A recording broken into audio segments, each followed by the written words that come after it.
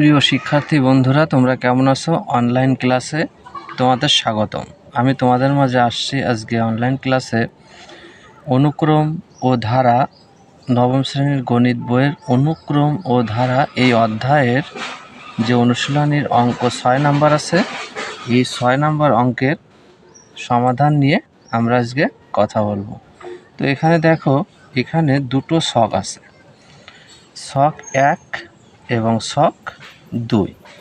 ছক 1-এ যে কলামগুলো আছে দেখো, চিত্র নম্বর 1, 2, 3, 4।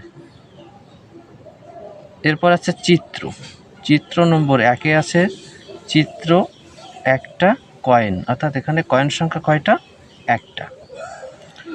তো এখানে দেখো, আমরা চিত্রগুলো যদি ভালো করে বুঝি, তো প্রথমে আমরা এই ছক 1-এর যে চিত্র এবং কয়েন সংখ্যা, এর সারি সংখ্যা, এগুলো আমরা আজকে ভালোভাবে শিখব, তারপরে আমরা নিচের অঙ্কগুলো করব।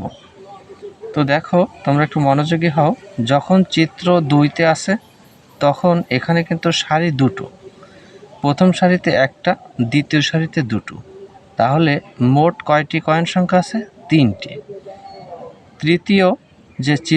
তৃতীয় চিত্রে দেখো সারি হচ্ছে 3টি, প্রথম সারিতে একটি, দ্বিতীয় সারিতে 2টি, তৃতীয় সারিতে 3টি, তাহলে মোট কয়েন সংখ্যা কয়টি? এখানে 6টি। তাহলে আমরা বুঝতেছি এখানে সারি সংখ্যা 3, কয়েন সংখ্যা কত? 6। আবার দেখো, এখানে যখন চিত্র নম্বর 4-এ কিন্তু সারি সংখ্যা 4টি, অর্থাৎ চিত্র নম্বর যত সারি সংখ্যা তত।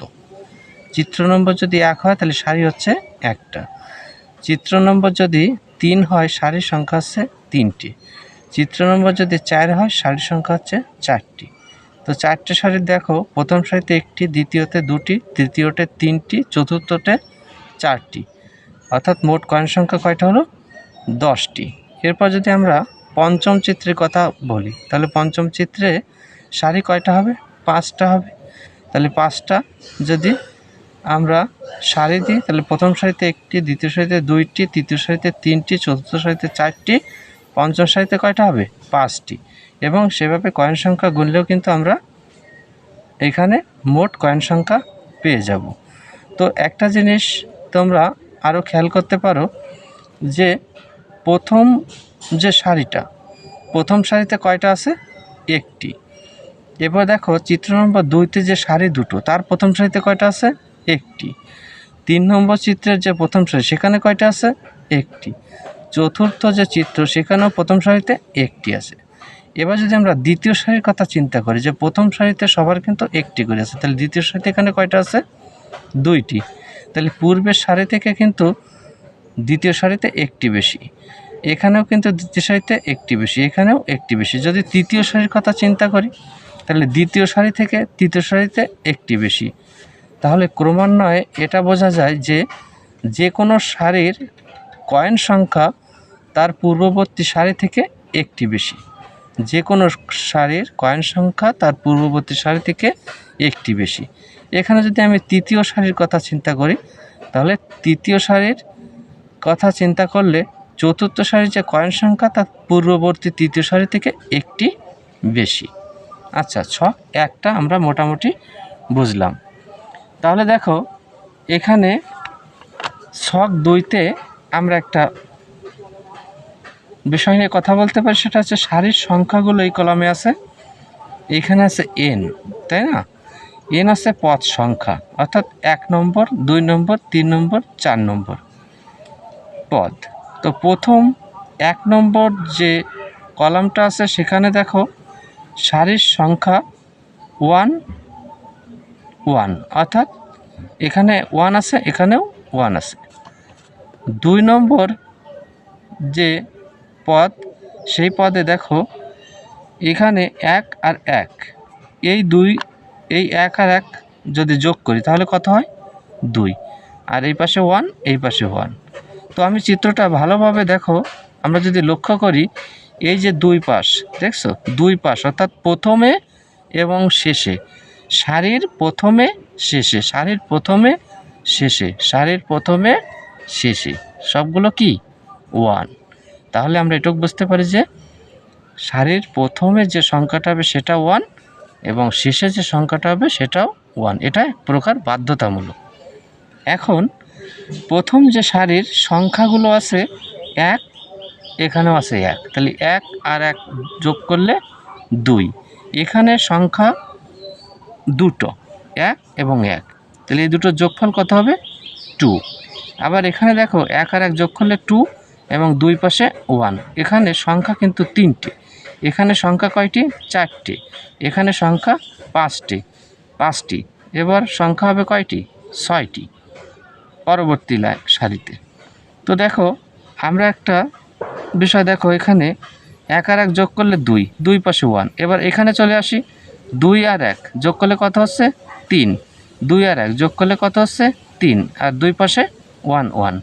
এবার দেখো 3 আর 1 যোগ করলে 4, 3 আর 3 যোগ করলে 6, 3 আর 1 যোগ করলে 4, 2 পাশে কী হবে?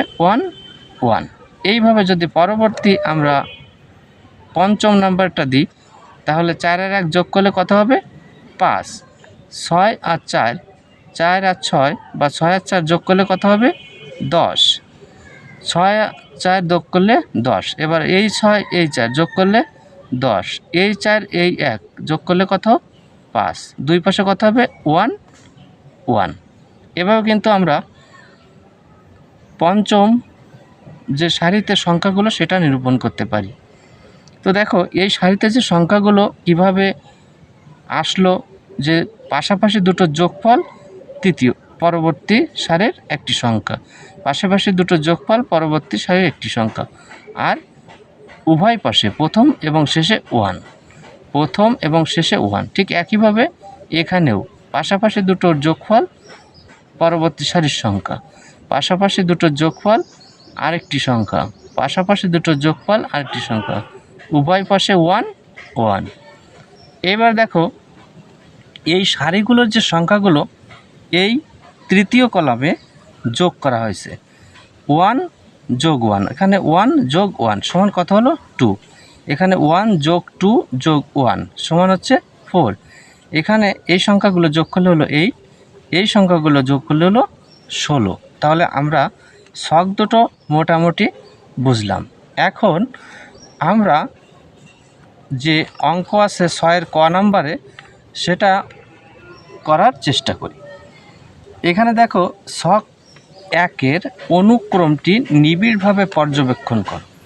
তাহলে আমরা এই ছক দুটো নিয়ে এত কথা বললাম বা একটু বেশি সময় নিয়ে আলোচনা করলাম, এজন্য যে প্রশ্নগুলোর উত্তর দেওয়ার সময় আমার আর বেশি কথা বলার প্রয়োজন হবে না, তোমরা নিজেরাই বুঝতে পারবে।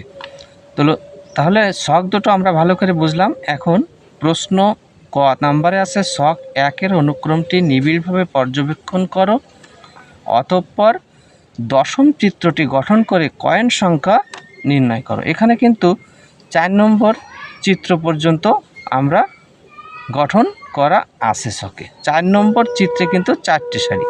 তাহলে দেখো নিয়ম অনুযায়ী আমি কিন্তু বলছিলাম প্রথমে যে 1 নম্বর চিত্রে 1টি সারি, 2 নম্বর চিত্রে 2টি সারি, 3 নম্বর চিত্রে 3টি সারি, 4 নম্বর চিত্রে 4টি সারি। তাহলে 10 নম্বর চিত্রে এই দশম চিত্রটি যদি গঠন করতে হয় তাহলে দশম চিত্রে কয়টা সারি হবে? দশম চিত্রে হবে 10টি সারি। আর এই 10টি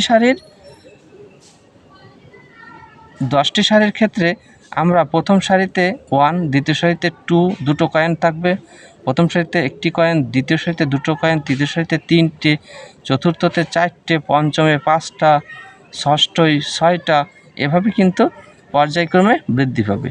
তো চলো শিক্ষার্থী বন্ধুরা, আমি তোমাদের জন্য এই দশম চিত্রটি গঠন করছি এবং এর কয়েন সংখ্যা কীভাবে নির্ণয় করা হয়েছে আমি তোমাদের সেটা দেখাচ্ছি। এখানে দেখো 6-এর ক নাম্বারে আমি লিখছি যে ছক 1-এর অনুক্রমটি নিবিড়ভাবে পর্যবেক্ষণ করলে দেখা যায় প্রতিটি চিত্রেই এক সারি থেকে অপর সারিতে একটি করে কয়েন বৃদ্ধি পেয়েছে। অর্থাৎ প্রতিটি চিত্রেই এক সারি থেকে অপর সারিতে যখন আমরা যাচ্ছি তাহলে কি হচ্ছে? একটি করে কয়েন বৃদ্ধি পেয়েছে। তাহলে দশম চিত্রে কয়েনের সারির সংখ্যা হবে n সমান 10। তাহলে 4 নম্বর চিত্রে যদি 4টে সারি হয় তাহলে দশম চিত্রে কয়টা হবে? দশম চিত্রে সারির সংখ্যা কয়টা হবে? 10টি। তাহলে আমরা তখন n সমান লিখব 10। সারির ব্যবধান বা সাধারণ অন্তর, সারির ব্যবধান কি? একটা সারি থেকে আর একটা সারিতে যখন আমরা যাচ্ছি তখন কয়েন সংখ্যা কিন্তু একটা করে বৃদ্ধি পাচ্ছে। তাহলে দুটো সারির ব্যবধান আমরা বা সাধারণ অন্তর কত পাচ্ছে? d সমান 1। যেহেতু একটি করে বৃদ্ধি পাচ্ছে তাহলে সাধারণ অন্তর d সমান 1। আর প্রথম সারিতে কয়েন সংখ্যা কয়টি?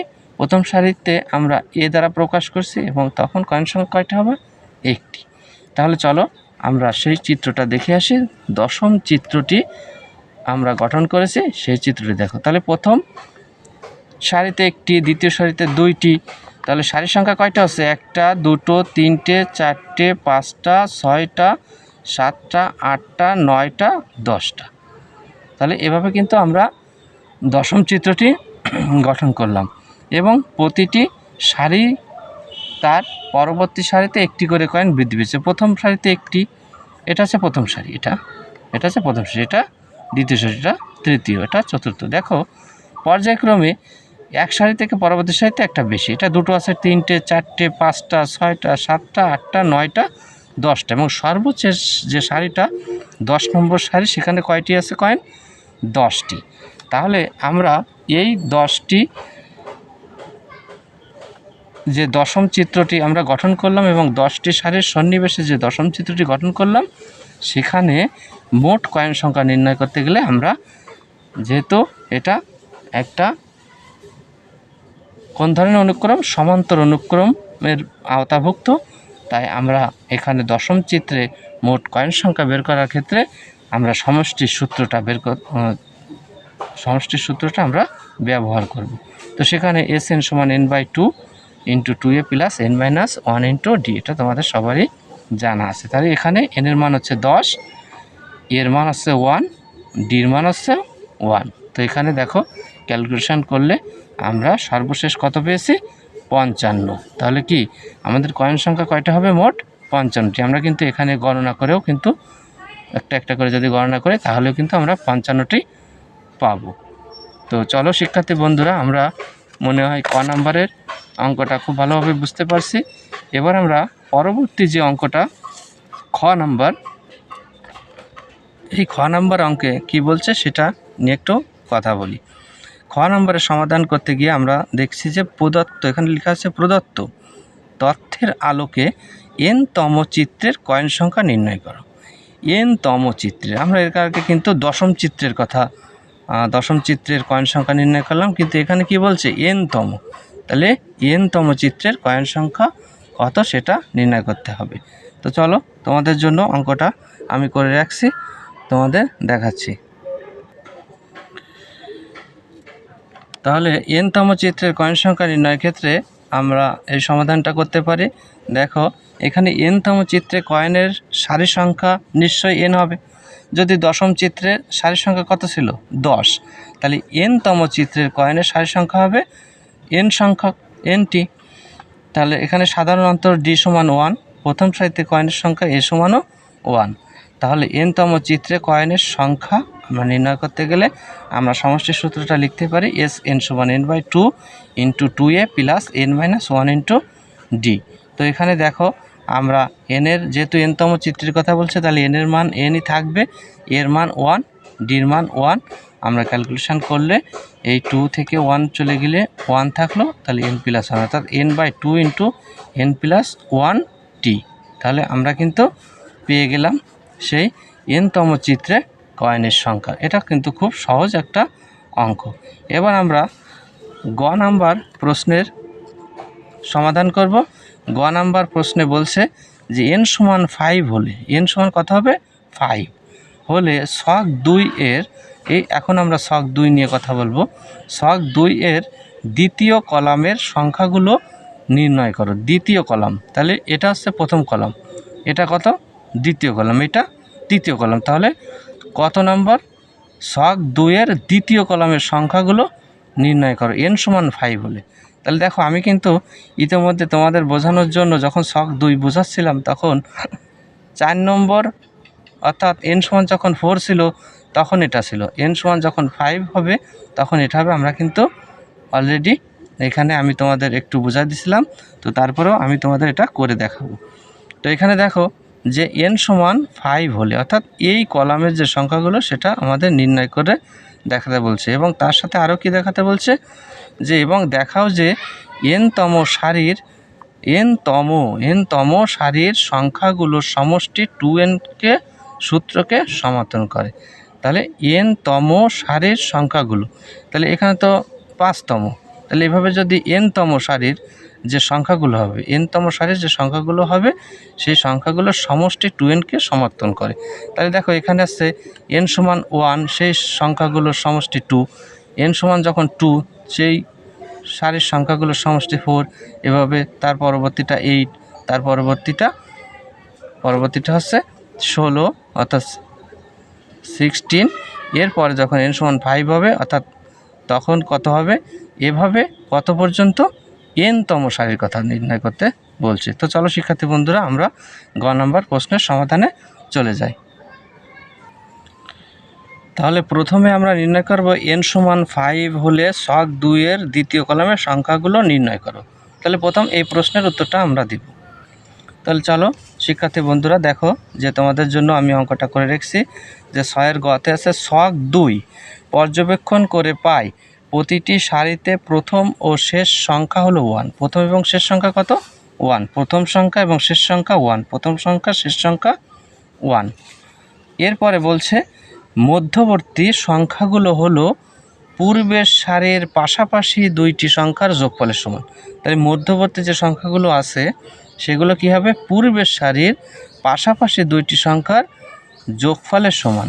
দেখো এই যে পাশাপাশি দুটো পদের সংখ্যার যোগফলের সমান হচ্ছে পরবর্তীটা, তাই না?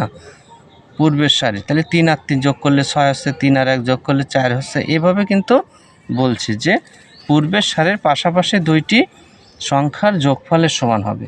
তাহলে দেখো অতএব n সমান 5 হলে ছক 2 এর দ্বিতীয় কলামের সংখ্যাগুলো হবে, আমি তোমাদের একটা ছক আকারে দেখাইছি। এখানে n সমান 4 যখন ছিল তখন উদ্দীপকে যে সারির সংখ্যাগুলো ছিল সেখানে ছিল 1 4 6 4 1। এরপরে দেখো যদি n সমান 5 হয় অর্থাৎ এখানে যদি n সমান কত হবে? 5 হয়, সেক্ষেত্রে কি হবে? এই 4 আর 1 যোগ করলে 5, 4 আর 6 যোগ করলে 10, 6 আর 4 যোগ করলে 10, 4 আর 1 যোগ করলে 5, অর্থাৎ পূর্ববর্তী যে সংখ্যাগুলো সেগুলোর যোগফল আমরা এখানে লিখব এবং লাস্টে কি হবে? প্রথম এবং শেষে কি হবে? 1 হবে। তাহলে n সমান 5 হলে যে সারির সংখ্যাগুলো হবে সেটা আমরা নির্ণয় করলাম। তো এরপর দেখো n সমান 5 হলে ছক 2 এর দ্বিতীয় কলামের সংখ্যাগুলো হলো 1 5 10 10 5 1। তাহলে সংখ্যাগুলোর সমষ্টি এগুলো যদি সব আমরা যোগ করি তাহলে কত হবে? 32। তাহলে আমরা কিন্তু এই গ নাম্বার অঙ্কের প্রথম অংশের সমাধান আমরা নির্ণয় করলাম। এখন বলছে দেখাও যে n-তম সারির সংখ্যাগুলোর সমষ্টি 2n কে সমর্থন করে। তাহলে চলো শিক্ষার্থী বন্ধুরা যে এখানে দেখো যে n-তম সারির সংখ্যাগুলোর সমষ্টি 2n কে সমর্থন করে। তাহলে ছক 2 এর কলামগুলো সে সংখ্যাগুলোর সমষ্টি সেখানে একটু খেয়াল করি। 1 যোগ 1 যোগ করলে কত হচ্ছে? 2, অর্থাৎ এই সংখ্যাগুলো কিন্তু এখানে যোগ করে দেখানো হচ্ছে। তারপরে এই 1 2 1 এটা যোগ করলে হচ্ছে 4। তাহলে আমরা দেখো এই সমাধানটা যদি এভাবে করি, আমি একটু পাশাপাশি রাখি তাহলে একটু বুঝতে সুবিধা হবে। যে দেখো প্রথম সারির সংখ্যাগুলোর সমষ্টি, প্রথম যে সারিটা ছিল সেই সারিতে সংখ্যাগুলো ছিল 1 এবং 1, সংখ্যাগুলোর সমষ্টি কত হচ্ছে? 2। তাহলে সংখ্যাগুলোর সমষ্টি 2, তাহলে 2কে আমরা কীভাবে লিখতে পারি? 2 এর পাওয়ার 1। আমাদের বলছে 2 এর পাওয়ার n কে সমর্থন করে, তাহলে n সমান কত হচ্ছে এখানে? 1।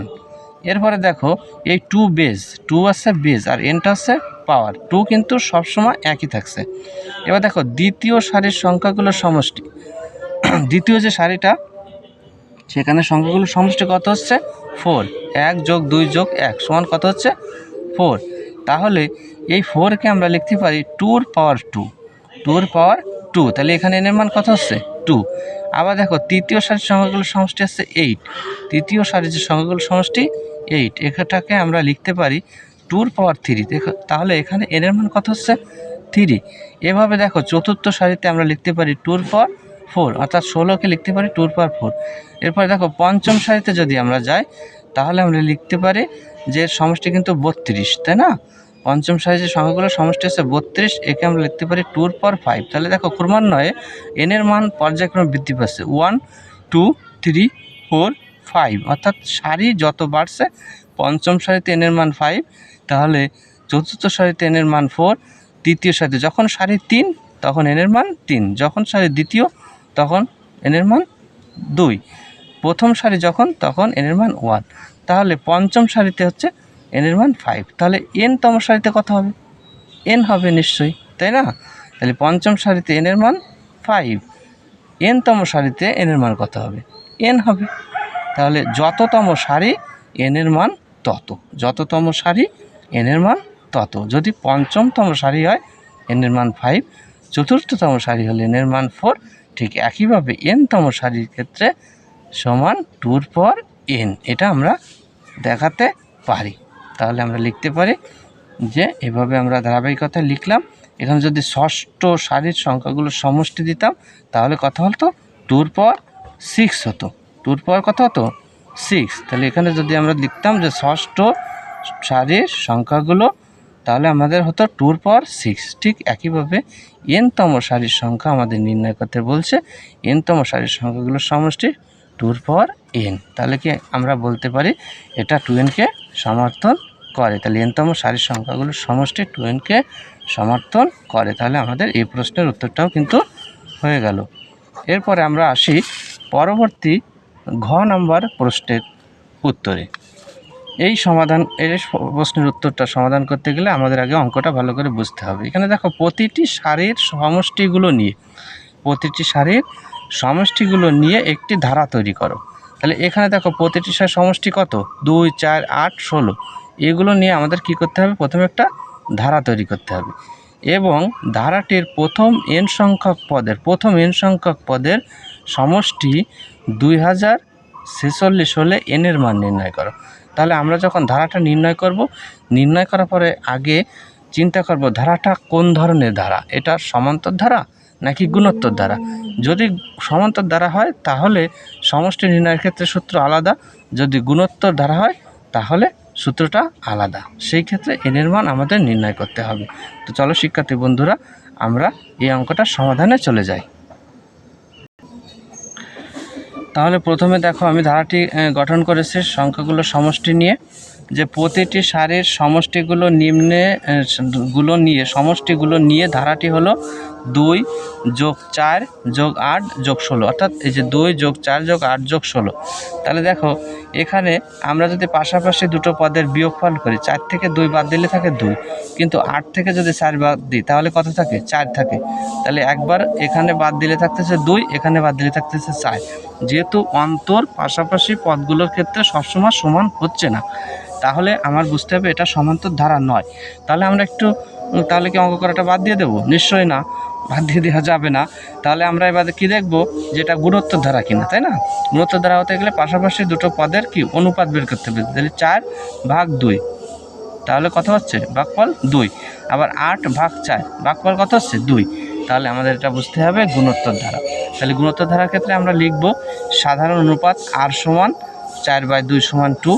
প্রথম পদ এখানে 2, a = 2, আর পদ সংখ্যা সমান n। যেহেতু n সংখ্যক পদের সমষ্টির কথা বলছে, তাহলে পদ সংখ্যা কত হবে? n হবে। তাহলে সমষ্টি গুণোত্তর ধারার ক্ষেত্রে যেহেতু সমষ্টি নির্ণয় করতে হবে, তাহলে সমষ্টি নির্ণয়ের সূত্রটাও কিন্তু গুণোত্তর ধারার সমষ্টি নির্ণয়ের সূত্রটাই লিখতে হবে। তাহলে এখানে সমষ্টি SN সমান, এই সূত্রটা তোমরা সবাই কিন্তু জানো।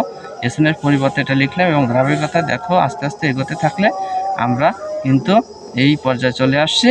এখানে -1023 - 1 = -2n তোমরা কিন্তু পর্যায়ক্রমে আস্তে আস্তে চলে আসবে, দেখবে তোমরা অবশ্যই বুঝতে পারছো এটা সহজ একটা ক্যালকুলেশন।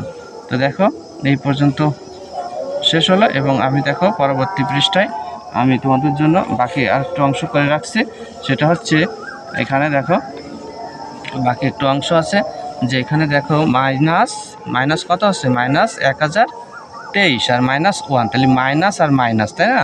তাহলে -1023-এর সঙ্গে -1 আবার যদি করি যোগ করি তাহলে আছে -1024 হয়। আর এখানে -2 পারেন, তাহলে উভয় পক্ষ থেকে মাইনাস মাইনাস চলে গেল। তাহলে 1024 = 2 পারেন। তাহলে 1024 বলতে আছে কি কত থাকে 2 কয়টা আছে 10টা। তাহলে 1024 আমরা যদি এখানে দেখি যে 1024 ভিতর 2 কয়টা আছে, আমরা কি লিখতে হবে 2 পর 10 লিখছি। কীভাবে এটা আসলো আমি তোমাদের একটু দেখাই দিই। দেখো আমরা যদি 2 দিয়ে ভাগ করি তাহলে 5 দুগুণে 10, 2 একে 2, 2 দুগুণে 4, তাহলে 512, তাই না? এবার যদি আবার 2 দিয়ে দিই 2 দুগুণে 4, 5 দুগুণে 10, 1 থাকলো 6 দুগুণে 12, 256। আবার 2 তে যদি দিই 2 একে 2, 2 দুগুণে 4, 1 থাকলো 16, 8 দুগুণে 16। এবার 2 দিয়ে দিই যদি আবার দিই 6 দুগুণে 12, 4 দুগুণে 8, 64। আবার যদি 2 দিয়ে 3 দুগুণে 6, 2 দুগুণে 4, 32। আবার যদি 2 দিয়ে দিই 16 দুগুণে 32, 2 দিয়ে দিলে 8 দুগুণে 16, 2 দিয়ে দিলে 4 দুগুণে 8, 2 দিয়ে দিলে 2 দুগুণে 4। তাহলে দেখো 2 কয়টা 1টা 2টো 3টে 4টে 5টা 6 7 8 9 10। তাহলে আমরা কি লিখছি 1024-এর পরিবর্তে 2 এর পাওয়ার 10। তাহলে 2 কয়টা 10টা। তাহলে 2 এর পাওয়ার 10 সমান 2 এর পাওয়ার n। তাহলে দেখো বেজ একই, তাহলে বেজ যদি একই হয় তাহলে পাওয়ার আর পাওয়ার সমান হয়, তাহলে n সমান 10। তাহলে n এর মান কত হলো, n এর মান হলো 10। তাহলে আমরা দেখো এই ঘ নাম্বার যে প্রশ্নের সমাধান এটাও কিন্তু সহজে আমরা করে ফেলতে পারলাম। আমরা এখানে প্রথমে ধারা নির্ণয় করলাম এবং ধারা নির্ণয় করে আমরা বুঝলাম যে এটা গুণোত্তর ধারা। যেহেতু গুণোত্তর ধারা তাহলে গুণোত্তর ধারার যে সমষ্টি সূত্র সেটা লিখব এবং সেই সমষ্টির ক্ষেত্রে আমরা সেই সমষ্টির মান কত দেব 2046। এভাবে আমরা ধারাবাহিকতা এগোলে আমাদের অঙ্কটার যে n এর মান সেটা আমরা নির্ণয় করতে পারলাম এবং তার মান হলো 10। তো আশা করি তোমরা এই সেশনটা খুব ভালোভাবে বুঝতে পারছো। অনলাইন ক্লাসের আগামী অনলাইন ক্লাসে তোমাদের দেখার আমন্ত্রণ জানিয়ে আমি আজকের মতো বিদায় নিচ্ছি এবং পরবর্তী ক্লাসে আমি তোমাদের 7 নম্বর যে অঙ্কটা আছে 7 নম্বর যে 1 2 3 4 এই 4টের সমাধান নিয়ে আলোচনা করব। সে পর্যন্ত তোমরা সুস্থ থাকো, ভালো থাকো।